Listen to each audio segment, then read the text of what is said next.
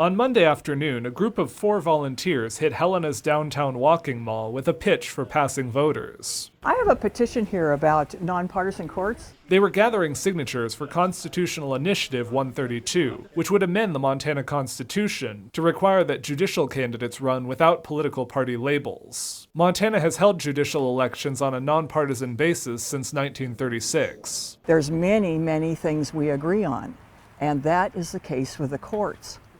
Is a Democrat or a Republican judge going to make a better decision about your divorce? Organizers with Montanans for Nonpartisan Courts say they've trained about 170 volunteers to gather signatures so far. They include people like Nancy Sweeney, who says the amendment would help settle an issue the legislature debated extensively in 2025. We need the amendment so we quit wasting time about it. I think most Montanans would support keeping politics out of a lot of government business, but especially in the courts, and let the courts do what they do best, which is to decide impartially.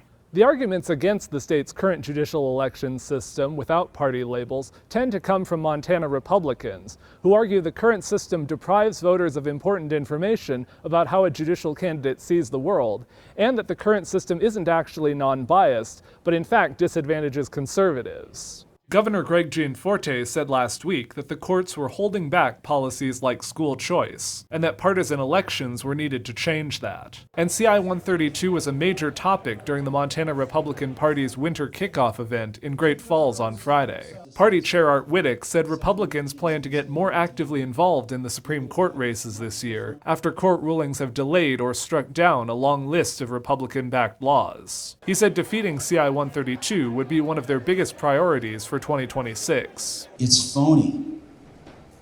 The Democrats and the wings of the Democrat Party control the Montana Supreme Court races, and they have for many years. In Helena, Jonathan Ambarian, MTN News.